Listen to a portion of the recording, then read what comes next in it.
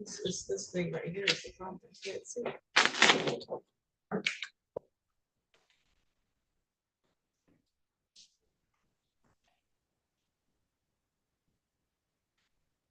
Okay, on the record in the matter of the people of the state of Michigan versus Kathleen K. Bearden, file number 23-02209, council appearance.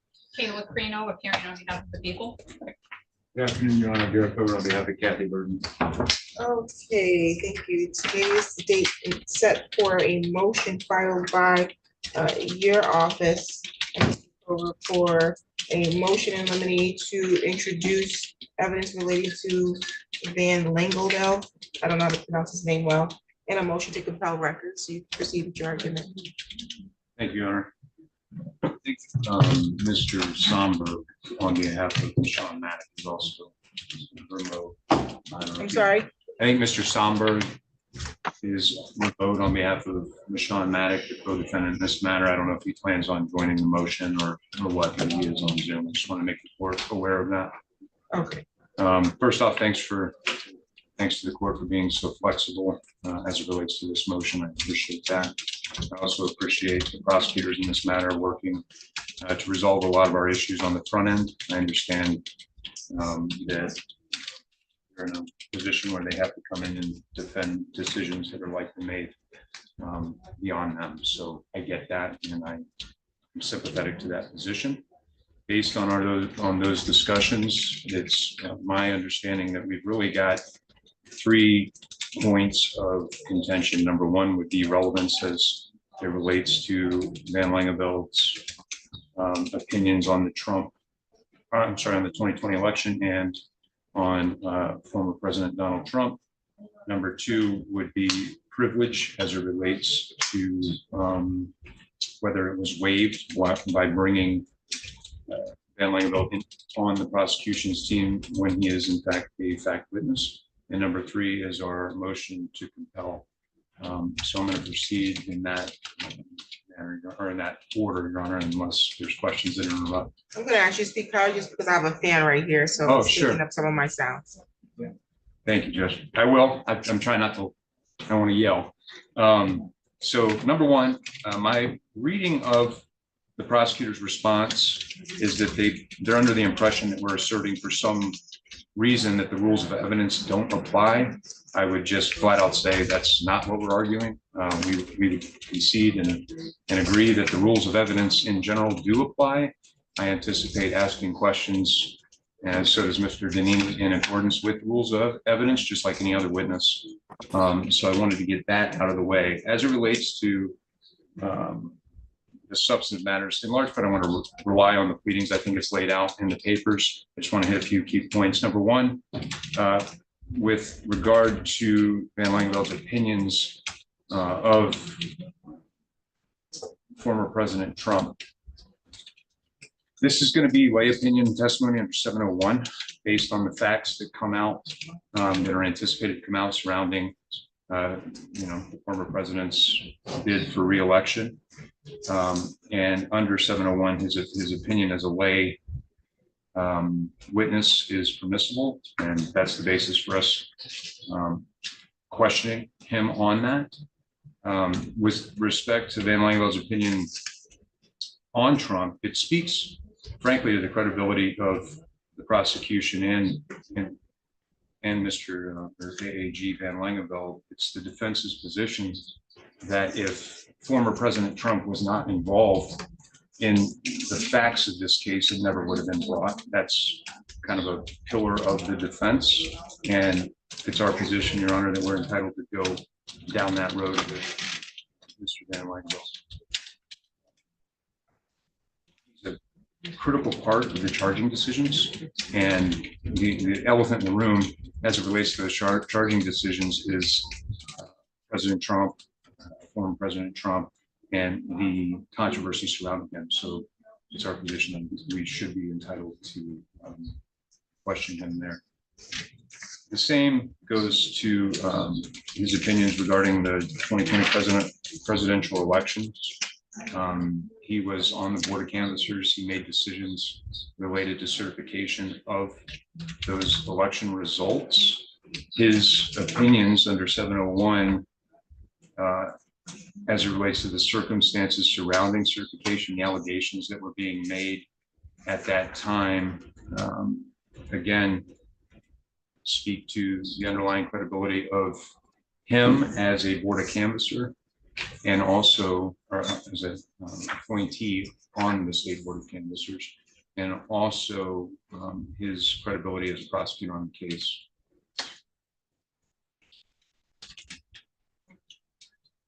It's also crucial to the question as to whether AAG Van Langeveld was under the impression that certification could have ever been changed under federal or state law from current President Biden to then former president, or to then president and candidate Trump. At the hearing, I anticipate that, or when he's testifying, I anticipate this is going to come up. At the hearing on the board of canvassers, AAG Van Langeveld sparred with a very well-known Republican lawyer on the law and the substance of the law as it relates to the legitimacy or claims that the election was stolen or there were irregularities, so on and so forth. And those statements are his statements. We intend to go into those with AAG Van Langeveld, and I believe under the court rules, that's all fair game. And we'd ask the court to agree. He spoke about his duty under the law. Also, this is going to come out. He did this while, it's our position, ignoring clearly provisions within the law that allow AAG Van Langeveld to do what this particular lawyer was asking him to do. And then the statements that he made while on the board of canvassers were used to bolster his credibility within the media as the one lone Republican that stopped former President Trump. And again, this all speaks to his credibility. Credibility is always an issue, and that's why we intend to ask him about this stuff. There's also several legal bases to support the idea of the alternate elector slate. I've mentioned them in court several times, or in our pleadings several times, both under federal and state law. He, AAG Van Langeveld, dismissed all of those alternatives and really focused in solely on a recount, ignoring a new provision of the law that was passed via ballot initiative, among other things. It was passed in 2018. It didn't really come into effect until 2020.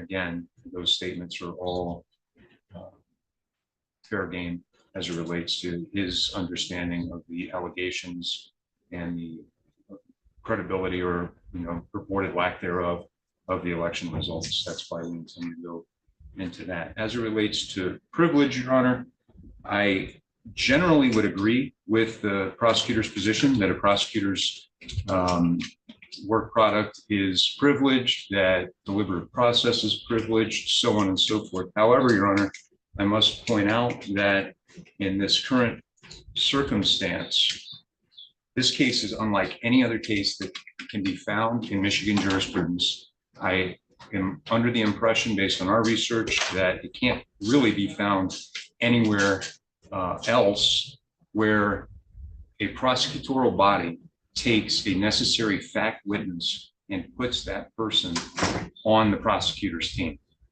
Never heard of it. I don't think it's ever likely happened. Hopefully it never happens again, but that's what we have here. So to the extent that the prosecutor, and I understand, I get the bad or the predicament that they're in, but to the extent that they're trying to draw the analogy from existing case law that usually would shield the prosecutor, Your Honor, it's my position that that just simply doesn't apply because of the uniqueness of this case. By placing AAG on the prosecution's team, it's our position that they waived, as it specifically relates to AAG Van Langenveld's involvement. I'm not saying that they waived all privilege, and I can, go crazy in the AG's office, nothing like that. But as it relates specifically to AAG's involvement with the prosecution's team, it's our position that they waived work product, deliberative process, and all of the privileges typically enjoyed by a prosecutor must give way to my client's Sixth Amendment right to confrontation, including confrontation to impeachment evidence, which this all goes to impeachment. Well, most of it, I would say, goes to impeachment, and the 14th and Fifth Amendment rights to due process. And I'd ask that the court rule accordingly. As it relates to the documents, the motion to compel, it's our position, our theory of it. One of the theories that the defense has here is the circumstances under which AAG Van Langenveld was hired are highly suspicious. The timing of it, the timing or the fact he was brought in as a senior attorney with a salary based on the documents that they produced, $125,000 a year. He's, based on their pleadings, crucial to the prosecution's legal theories and prosecution's team. That's all evidenced in their pleadings when they were addressing the court's sequestration order imposed on AAG Van Langenveld. As charges issued in July, I believe, less than 2 or 3 months later, he's getting a $10,000+ raise. Given the knowledge I have of the Attorney General's office, there's another defense attorney, co-defendant, that also has knowledge of the way the Attorney General's office operates. I would say that's highly suspicious, and we're entitled to explore whether there was a financial incentive into finding the charges that other prosecutorial bodies said could not proceed to do so on behalf of the Attorney General's case. I just want to make sure I'm following. You're stating he was hired, I guess, in 2023, and he was offered a salary of $125,000 to be a assistant AG, or is he the section head or something? My understanding, Your Honor, is he's not the section head. He was hired as a 16 senior attorney, and and that was in February of 23, is my understanding. Okay, and then since then you're saying he's gotten a $10,000 raise, in your belief, you suspect that they lured him in for the purposes of finding a way to prosecute this case? My belief, Your Honor, the defense's position, he was hired specifically to participate in the prosecution of this case based on his participation on the Board of State Canvassers and him being a Republican lawyer. From there, he engaged in the prosecution's team. It's my position that if he didn't write Agent Schock's affidavit, that he had a significant role in formulating what I would say is an incorrect legal theory that supported the charges that issued against my client. And as a result of that, there's a financial incentive, a $10,000+ raise that happened 2 or 3 months as requested by the chief deputy, I believe at the time. Don't all AAGs get an automatic step increase in 1 year? Well, it was 9 months, Your Honor.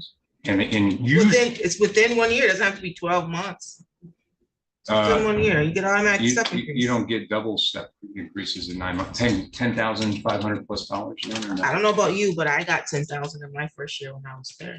Well, Your Honor, our position is it's unusual, and we're entitled to review the documents. And another review documents about his hiring? We already have that, Your Honor. No. What do you want to review? Yeah.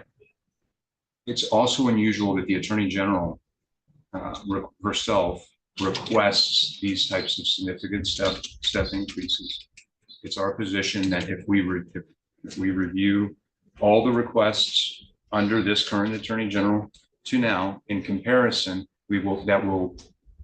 that position will be corroborated by the evidence in the documents that we're requesting. Okay, so you're suggesting that Dana Nessel herself specifically requested a step increase for this attorney, It's in writing, Your Honor. It's attached to the brief. and that it's unusual for the Attorney General to make a request for a step increase or a pay increase for an Assistant Attorney General. And For an Assistant Attorney General, and for that purpose, you think that you need these additional documents? I don't think it's that simple. I think it needs to be viewed, Your Honor, in the context of the political nature of this prosecution and all of the other circumstantial smoke that we have pointing to the fire conclusion that we're seeking. In the alternative, if the court's not prepared to grant the motion to compel, I would ask that the court review the documents in camera and make its determination based on that. Any other arguments? 1 second, Your Honor, please.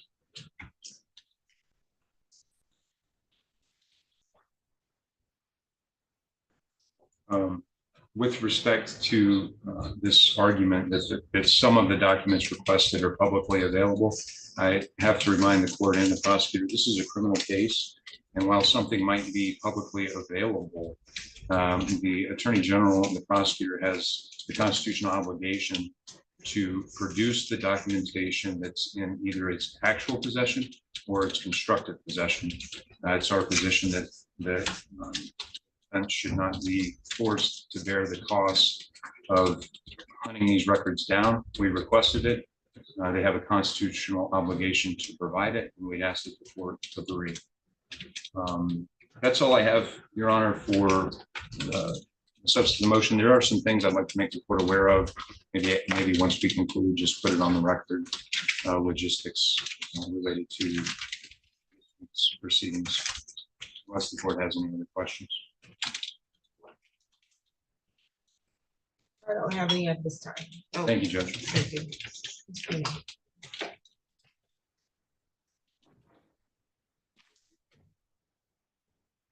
Good afternoon, Your Honor. Good afternoon. I'm going to address the document request first and hopefully correct some of the factual assertions that have been made here today.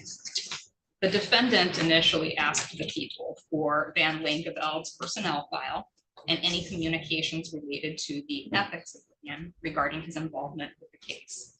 And the people willingly provided all of that to the defendant.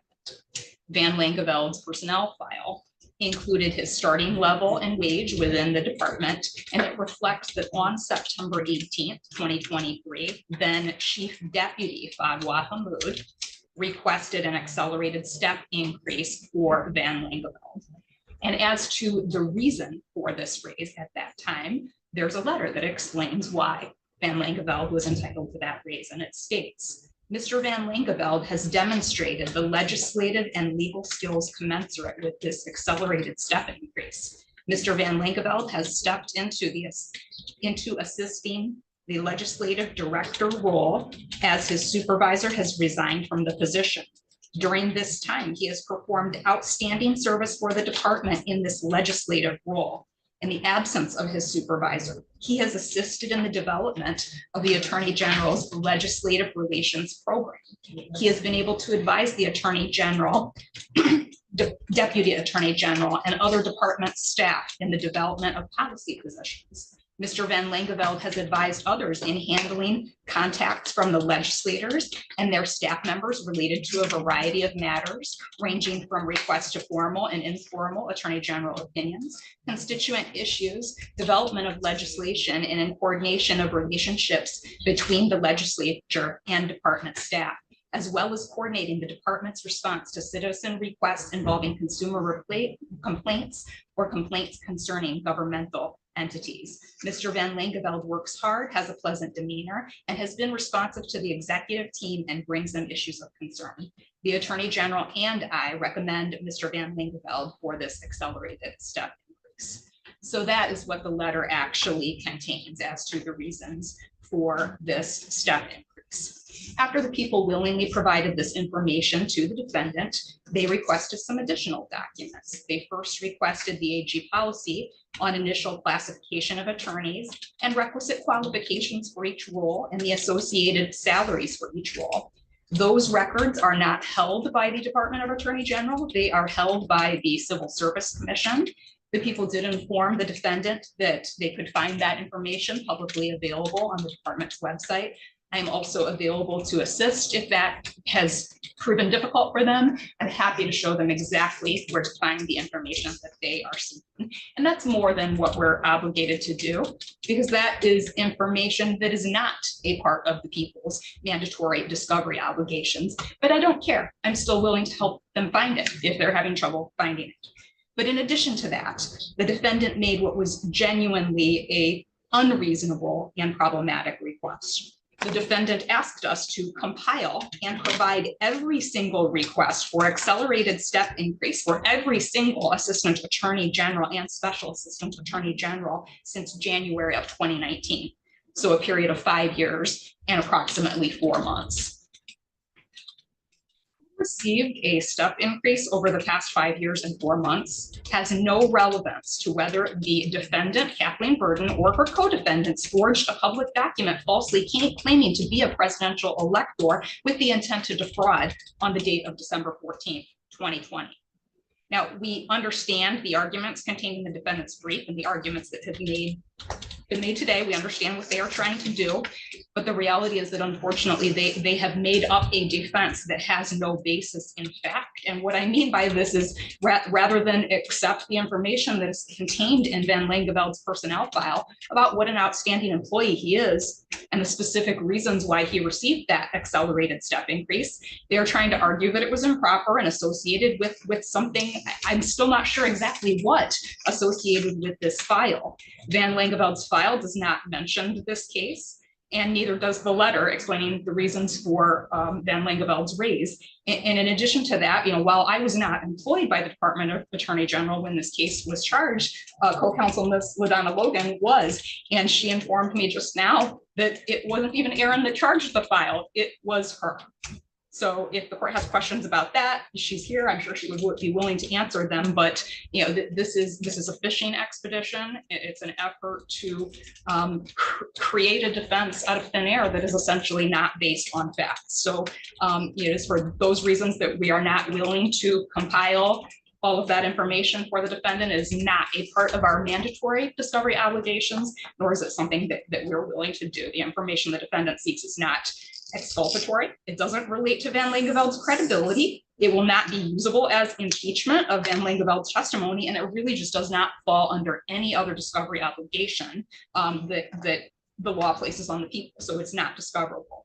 I'll briefly address FOIA, the FOIA aspect of all of this. Even though this information is not discoverable as a part of a criminal case, I think it probably is FOIA-able. So if it's really important to the defense to go on this fishing expedition to look at these things that have nothing to do with the case, they have a remedy and they can explore that if they want to, but it is not appropriate to include all of that information as a part of a discovery order. And just so I'm clear, the only thing that you all are, it sounds like, objecting to is the compilation of the 5 years worth of step increases. Yes, that's exactly correct. We provided Van Langeveld's personnel file as well as unredacted information pertaining to the ethics opinion about his involvement with the case. So yeah, we willingly gave that to the defense, and we'll see what they do with that. Okay. All right, as to Van Langeveld's testimony, a couple things to address at the outset. First, we appreciate the stipulation that the rules of evidence do apply. I personally found some of the communications to be a little bit confusing on that point. It certainly led the people to believe that the defendant's position was that we may not object to relevance, we may not object to hearsay, and we may not object to privilege. In general, I would phrase the stipulation that we reached on most of the topics that were presented to us as that all of those things are fine within reason, but that we reserve the right to object to anything that does violate the rules of evidence. And so I appreciate that clarification today, and I understand it from this point forward. Now, no court has ever held that making a defendant follow the properly applied court rules and rules of evidence when questioning a witness that they have chosen to subpoena violates due process or the right to confrontation. So that's something really important that we have to set aside before we can really even begin to talk about the proper parameters of AAG and Langeveld's testimony. There is no court that has ever reached that conclusion. So when the court places appropriate limits on his testimony, when the court follows the rules of evidence and applies privilege where it's appropriate to do so, that does not violate due process or the right to confrontation. Setting that aside and moving on to the actual disagreements about testimony, there are really very few. As I said, for nearly every topic the defendant proposed, people generally stipulated that those topics are fine within reason. And that is not trying to limit anyone's testimony or tell them how to present their case, as some of the statements in their motion seem to indicate. It's simply how it works for all parties. They get to do what the court allows them to do under the rules of evidence. And that's not groundbreaking or unfair to anyone. Aside from privilege, which I will address in a moment, there are only two general areas of testimony that we preliminarily have objected to based on relevance. And those are that we are objecting to testimony regarding Van Langeveld's personal opinion on Donald Trump and the 2020 election. And we are objecting to testimony regarding his personal opinion regarding the legitimacy of the 2020 presidential election. Any personal opinion that he holds regarding these topics are not relevant to the actions that he took as a member of the board of canvassers or as an assistant attorney general assigned to this case. Whether you hold a favorable or unfavorable opinion of Donald Trump is not something that makes you a more or credible or less credible, rather, witness or prosecuting attorney. Further, it is not a consideration for whether you can serve in a particular capacity as an attorney. The same is true regarding any opinions that he holds regarding the 2020 presidential election. Van Langeveld's opinion on these two topics are not relevant to whether the defendants forged a public document with the intent to defraud on December 14th, 2020. Whether the defense likes it or not, Your Honor, Van Langeveld just did not have anything to do with the crimes that the defendants chose to commit on December 14th. And Your Honor, there is no one in this room who is in a better position to understand that and see that than you. Because let us say, Your Honor, let's say that Van Langeveld just loves Donald Trump so much. He's his favorite person in the world. Well, how is that going to factor into your probable cause determination regarding what Burden did on December 14th? Let's say the opposite is true and that Van Langeveld absolutely hates them. Let's say that it's somewhere in the middle. Do you care about that for some reason as to whether he is credible or not? Well, and if the answer to that is no, that you don't care whether he loves or hates or feels somewhere in the middle about Donald Trump, then that is not a relevant consideration to inquire into. It's the people's position that it does not relate to an element, a defense, impeachment, or credibility, and thus it's wholly irrelevant. Your Honor, that takes us to privilege. And at the conclusion of our last day on the record in this matter, the court and Ms. Burden's attorneys held an off-the-record discussion regarding the people's motion to quash the subpoena or in the alternative grant a protective order. And this court explained to the attorneys that while it would not quash Van Langeveld's subpoena, and that ruling was part of the record that was made, that it would absolutely enter a protective order regarding the parameters of Van Langeveld's testimony. So that is what we are asking the court to do here. The defendant persists in this sort of extreme and unsupported argument that the people cannot claim work product privilege under these circumstances, and that they can ask Van Linkeveld anything that they want regarding his work product and the privileged communications that took place in the Attorney General's office. So, what does the law actually say about that as to prosecutors? And I want to start with the United States Supreme Court. Let's look at what they have to say about it. Well, in Hickman versus Taylor, 329 U.S. 495, the United States Supreme Court said, not even the most liberal of discovery theories can justify unwarranted inquiries into the files and mental impressions of an attorney. Historically, a lawyer is an officer of the court and is bound to work for the advancement of justice while faithfully protecting the rightful interests of his clients. In performing his various duties, however, it is essential that a lawyer work with certain degree of privacy, free from unnecessary intrusion from opposing party and their counsel. And our Michigan Supreme Court agrees. MRE 501 states that the common law governs a claim of privilege unless a statute or court rule provides otherwise. And there are two court rules that apply here today, Your Honor. First is MCR 6.201C, which states there is no right to discover information that is protected from disclosure by Constitution, statute, or privilege, except provided by Subrule 2, which deals with the standard for overcoming privilege, which I will come back to shortly. Second, there is MCR 2.302B3A, which protects work product that involves an attorney's mental impressions, conclusions, opinions, and legal theories concerning a case from discovery. In People versus Gilmore, 222 Mich. App. 442, the Court of Appeals held that the privilege against disclosure of an attorney's mental impressions, conclusions, opinions, and legal theories applies in the context of criminal proceedings to the work of a prosecutor.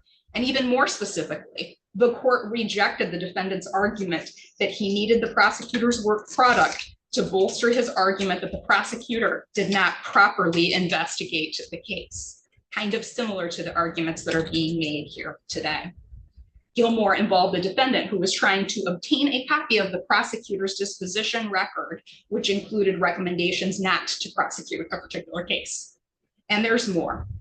In People versus Holzman, 234 Mich. App. 166, the Court of Appeals held that the work product privilege protected a prosecutor's notes from witness interviews from disclosure that included portions that were factual and portions that included the prosecutor's mental impressions, conclusions, opinions, and legal theories.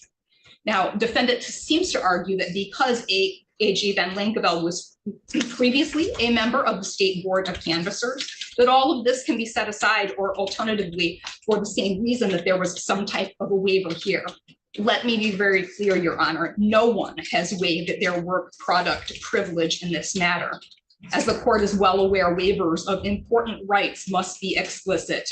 We do not imply them simply because opposing counsel wishes it to be so, or because an assistant prosecutor was employed in a particular capacity previously. Additionally, AAG Van Lingeveld's work as the primary AAG for matters pertaining to the investigation does not waive our work product privilege, or otherwise mean that it does not continue to apply in this matter. The Court of Appeals rejected that same argument in People versus Stuckey, number 224722. In that case, the defendant argued, just somewhat as the defendant is trying to argue here, that a prosecutor's work product is discoverable if the prosecutor acts in an investigatory role. Relying on Holtzman, the published case I previously discussed, the Court of Appeals rejected that argument and stated there is no authority for the proposition that if the prosecutor acts as one of the principal investigators, then the prosecutor's work product is discoverable. Instead, it explained that the prosecutor's privilege from disclosing work product is in fact a broad one. So, Your Honor, it is with this foundation of well-established case law regarding a prosecutor's work product privilege that we must evaluate the privilege matters the defendant believes that she can ask Van Linkeveld about. Even though the work product privilege protecting Van Lingeveld's mental impressions, conclusions, opinions, and legal theories applies, The defendant claims that she can ask Van Langeveld, and this is from her previous brief on this topic, everything he knows pertaining to the case and everything he knows about the underlying facts, this case being charged, and his involvement in it all. The defendant has also argued the internal conversations regarding this case within the Attorney General's office are fair game. There is absolutely no support for this argument that she is entitled to do all of this without regard to the Attorney General's work product privilege. Now, the defendant goes on in their brief to try to rely on Detroit News, Inc. versus the Independent Citizen Redistrict Commission, 508 Nish 399 for this proposition. But that is a case that dealt with whether the commission had attorney-client privilege with their lawyers and correspondingly a work product privilege with regarding the result of that work. And in that case, they weighed that argument against the constitutional requirement that the commission must publish its data and supporting materials. Now, the Detroit News case contains a nice discussion regarding privilege, but these situations are absolutely not comparable. What the defendants are actually trying to do with no law to support their position is they are asking for even more than what the Court of Appeals said the defendants could not get in Holtzman and Gilmore, finding that the defendants can ask Van Langeveld anything that they would like to without regard to privilege would directly violate these published cases, these binding cases, which both found the defendants were not entitled to much less than what the defendant is seeking here. That does bring us to my very last point, and I promise I will sit down, MCR 6.201C. Considering the binding case law that I have described here today, there is no authority whatsoever that would allow the defendant to simply call Van Langeveld to the stand and ask him about whatever they would like to without regard to privilege.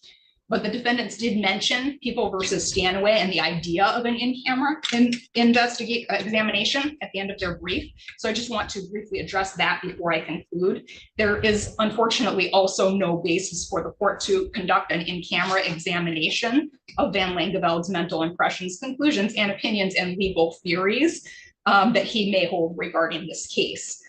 In order to obtain an in-camera review, the defendant must demonstrate a good faith belief grounded in articulable fact that there is a reasonable probability that records protected by privilege are likely to contain material information necessary to the defense. The defendant, other than pointing to, I guess what I almost want to call a conspiracy theory that there's some kind of secret thing going on that they don't know about, they entirely failed to meet that standard. That is not a standard that can be met by speculation or let's see what might be there.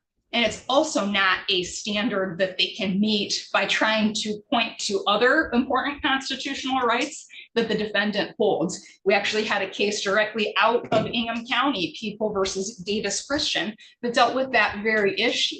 There was a question of privilege that was before one of our circuit judges regarding a victim's privileged records. And the judge essentially said, well, because this is a case that involves the potential for incarceration, the potential for a defendant to be convicted, I'm just going to, out of fairness, look at this and I'll see if it's something that they're entitled to. And the Court of Appeals said, no, that is not the standard. The standard is not that this is a criminal case and that the defendant has serious rights. The standard is that there has to be a good faith belief grounded in articulable fact that there's a reasonable probability that the privileged records contain material information necessary to the defense. And so one, they haven't met that standard, but two, even if we walk down that road, Van Langeveld doesn't have anything to say that is going to be material information necessary to the defense. So for these reasons, we are asking the court to deny the defendant's motion and enter a protective order finding that Van Langeveld's mental impressions, conclusions, opinions, and legal theories are protected from disclosure during the course of his testimony. And we're also asking the court to deny the defendant's request that the people compile 5 years and 4 months of personnel records and turn over every one of the requests for an accelerated step increase from that time period. Does the court have questions for me? I think you answered them all. Okay, wonderful, thank you. Very briefly, Your Honor.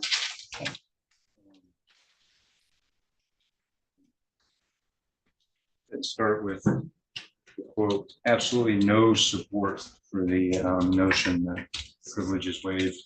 I must point out again that every single case the prosecutor cited did not have an analogous situation where a necessary fact witness was appointed as a lead prosecutor or significant to the prosecution's team. Therefore, they don't apply. To the extent that there's, again, there's no legal basis or theory for this, I'd have to again point out the Sixth Amendment right to confrontation, Brady, Giglio, all encompasses this impeachment evidence, and that's what we're asking. I'm not asking either for the court to do an in-camera review of Van Langenveld's mental impressions, Your Honor. I have the reports. We have, I think, all of the reports. So what I'm specifically asking is to be able to impeach him or to ask questions of him while he's testifying, to go after that. It's beyond the report. I'm not, the defense isn't required to take the prosecutor's word. Okay, specifically, what are you asking for other than this personnel file that you think is going to be helpful to the defense? Because it sounds like you think that getting information about these step increases could help show you some ulterior motive to them hiring him. I'm not addressing the documents, Your Honor. Okay. I can if you, I mean, Yeah. the court can make its ruling on that. Yeah, I want to talk about the documents first. As it relates to privilege, I'm pretty set on that. That I am not going to sit here and allow you to believe that he doesn't have the right to maintain privilege as an attorney about his work product. That is an absolute condition upon how he's practicing. And I can't say because he used to work in another office and he had some connection to the case and that he's a fact witness, that once he starts or takes employment as an attorney on the case, that the work that he's doing on the case is waived as to privilege. No, and that's why I made the ruling I made previously, which is I would allow testimony, but with a protective order, because I believe that his work while he's on the case is protected under privilege. But anything that he did in his role at the Board of Canvassers is not. And I'm not going back down that line. I don't care about you mismuddling things and thinking that he waived. There's nothing that shows me that he's waived privilege as it returns to his attorney-client relationship. So as it relates to that, that's absolutely denied. Now I'm trying to figure out what's going on here with the request for the documents and how do they even relate to your client's defense? Credibility, Your Honor, or lack thereof, of Van Langenveld's incentive to join the prosecution's team. Okay. And so you need to know how many people got in step increases before you can question this witness about whether or not he received a step increase for the work doing related to this case. I believe, Your Honor, that under the U.S. Constitution, Brady and Giglio, that the defense is entitled to that information to attack his credibility and investigate further impeachment evidence. It's further my position that I don't have to, the defense doesn't have to take the prosecutor's word for what exists in those documents. That's the argument. I completely agree that the defense does not have to take the prosecutor's word as it relates to finding information or getting information that you believe would impeach a witness, but I don't believe it's their responsibility to get it for you. Because the information you're requesting, compiling every single step increase under, I guess, Dana Nessel's tenure there, A, that's voluminous, but B, it's not directly related to this case. You want to use it so that you can impeach someone. That's what FOIA is for. Thank you, Your Honor. Even if you wanted to FOIA his personal record from his last job, see if he tells the truth or not. That's what FOIA is for. We're not going to require them to step outside of this prosecution and get you whatever it is you need to determine whether or not these witnesses are credible. That would apply to each witness that they've called. There's a multitude of information that you could get that you probably could have used to help impeach any of their witnesses that were there. It's not their responsibility to get it for you. Thank you, Your Honor. Thank you. So those both are denied. Thank you, Your Honor. Any additional matters for the record? I don't know if we need to put it on the record, but I have a couple of things I want to highlight for the court just procedurally. Yes. Number one, we won't be calling Ken Chesbro for the pre-one. He will not be. No, so I think that takes probably a day off. I think logistically. Yeah, how many days was it? While you're looking at that, I was just going to mention, the court did not address the relevance arguments regarding Donald Trump and the 2020 presidential election. Oh, I'm sorry, you're No, correct. I missed it as well. Ms. Logan reminded me. Okay, as to the relevance, you want to question the witness about his opinion, personal opinion on Donald Trump and personal opinion as to the election? As a member of the Board of Canvassers, the deciding vote of certification back in 2020, I wanted to question him on the surrounding circumstances, the allegations being made, his awareness as it relates to those allegations, and really whether he understood, number one, that his certification could have been reversed after certification on the 23rd, which is central to the case. And then also whether he believed there was any credibility to the allegations surrounding the election. And also, I mean, you have a Republican split. So if Van Langeveld is a necessary witness, so are the two Democrats on the Board of Canvassers, and so is Norm Schinkel, I believe, is the other Republican. So Van Langeveld's opinions, personal opinions under 701, his impressions based on the evidence that I believe we're entitled to go into, in contrast, perhaps at a later proceeding, is all relevant to prove whether there was legitimate contention, or not even legitimate contention, amongst the Board of Canvassers as to, number one, are you voting the way you are because you hate a particular person or a particular president? Are you on one team or the other? That's what we're after, and I believe that's what we're entitled to do now. But what in his role, doesn't his role require him to perform a function or a duty without regard for his personal opinion? No, it was, I know they're shaking their head. The statute was amended into, I believe, 2022 to expressly sub 4 say this is a ministerial act. At the time that Van Langeveld did that, no, it was not.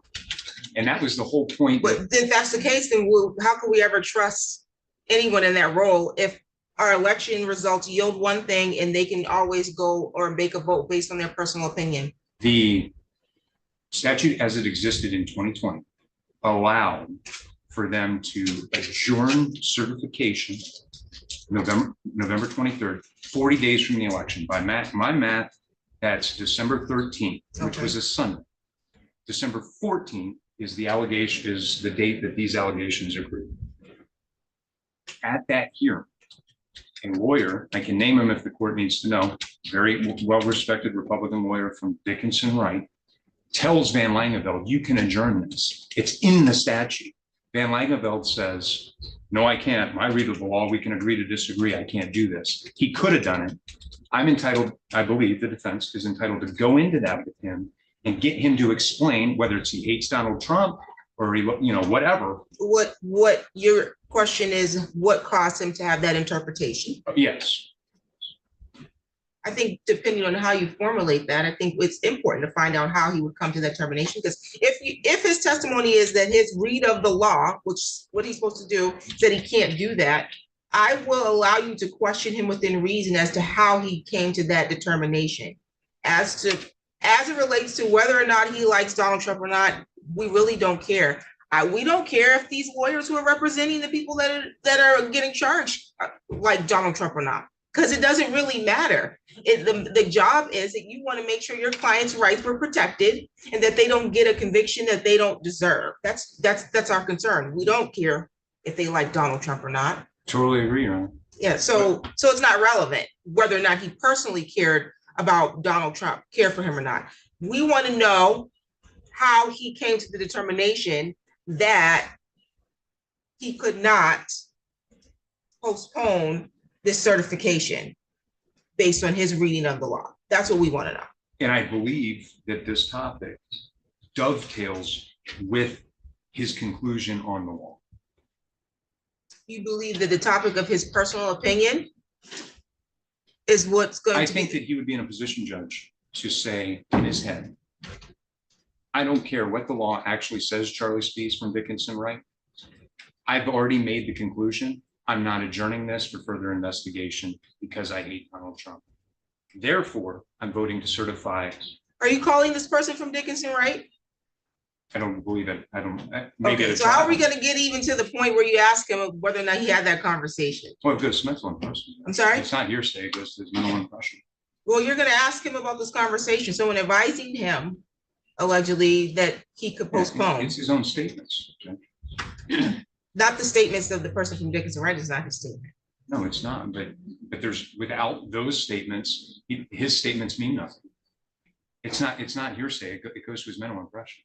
I think that you can ask the question as it relates to what formulated his ability to come to a determination that he couldn't postpone this certification without delving into his personal opinions. I don't think his personal opinions are relevant. I don't think the attorney's personal opinions are relevant. I don't think my personal opinions are relevant, especially when he's performing an essential function of the election. I think his job duties require that his personal opinion is not the controlling force. That's a requirement of his job. If that was the case, we'd all be in trouble every election. And I would say his interpretation of what the law was at the time was his personal opinion. And it wasn't the law. Have you spoken to him about this? No. Okay, so that is your opinion without even having investigated that further, correct? Sure. That's my opinion based on his statements and statutes as they existed at the time. I will allow you to question him again about how he formulated his opinion, but I am not going to allow you to get into his personal opinions about the candidates, how he votes. All those things are not relevant to this. Only how he decided on that date and how he does his job in general when it comes to make a determination about certifying the election and what he believed his job duties were at that time, then you can get into that. And you can get into how he understood the statute and how he made that interpretation. But unless he opens the door for it, to start talking about his personal opinion, I'm not going to allow you to open that door. Thank you, Judge. Thank you, Your Honor. Last thing I say about logistics. So we anticipate, just so the court's aware, that Agent Shock is probably going to take a whole day. And we think AAG Van Langenveld is going to be similarly a whole day. So we would think our assumption here is that Agent Shock will be all day tomorrow. And then we would hope that we could get AAG Van Langenveld done on Wednesday. Okay. Hopefully that's how things work out. So can I then tell AAG Van Langenveld that we'll anticipate calling him on Wednesday? We haven't subpoenaed, but if I can give him a heads up when that's going to be, I'd like to do that. That's completely fine, because it looks like we were gonna do a Chesborough and we're not doing that at all. And so that leaves us at least an additional day to clean up and do whatever we're gonna do. You all are gonna be doing we're opposing bind over arguments in writing. So Okay. yeah, so there won't be any arguments. Is that going to be due before the next group starts? How is it? My recollection is it depends on when the transcripts are done, which they still are not. Oh, they're done. Oh, we've got transcripts. Oh, well, I'm just out of the loop on that. My apologies. Yeah. There's a lot of transcripts. All right. The other party is starting next month. So, But will your briefs be in? Absolutely. okay. Your argument will be in before then. We'll proceed on the next group and then hold its determinations of the conclusion of that. Is that? No, I haven't made that determination yet. I haven't gotten your bindovers yet. Those to be voluminous in and of itself, just based on how this has gone. And so, but your bindover arguments will be provided before the next session starts. Thank you, Jen. Thank you, Your Honor.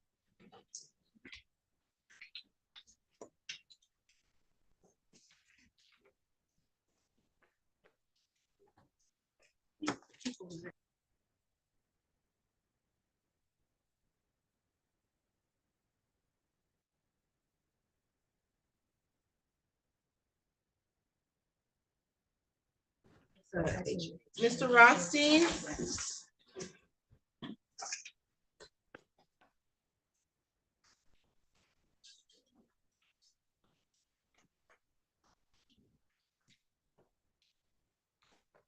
I don't know if he's still there.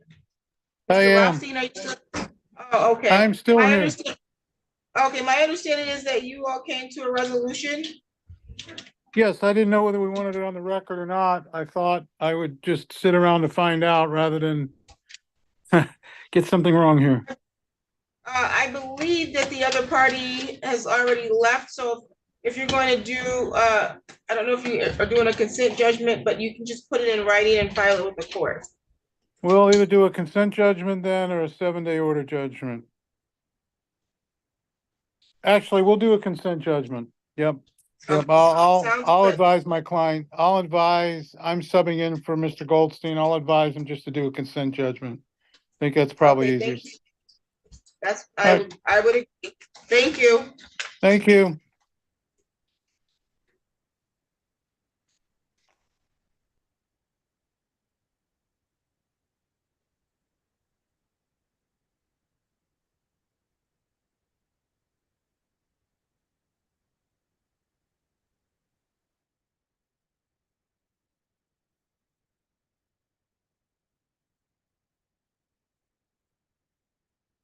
You can have a seat, sir.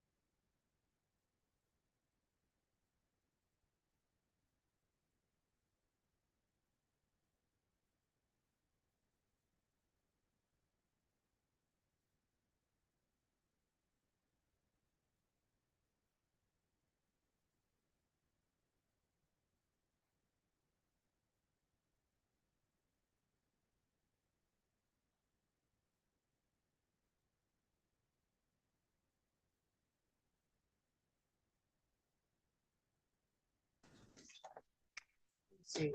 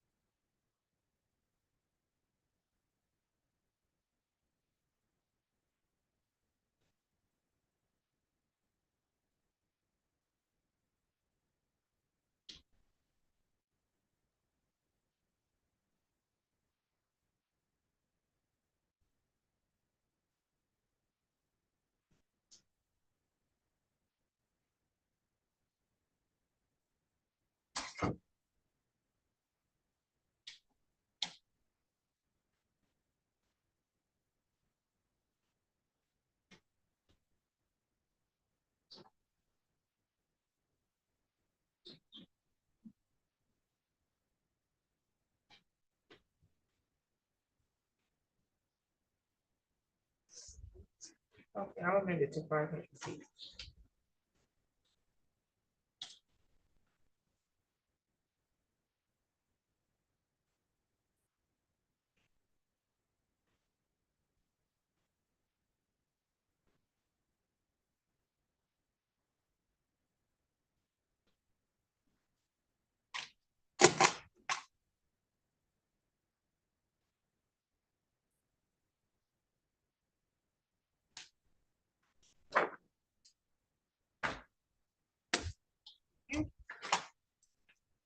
Not to be within 500 feet of wherever the victim lives, works, goes to school, or otherwise, okay? You're welcome. Be able to get your copy of it. Just, You can wait outside though. oh, sorry. Thank you.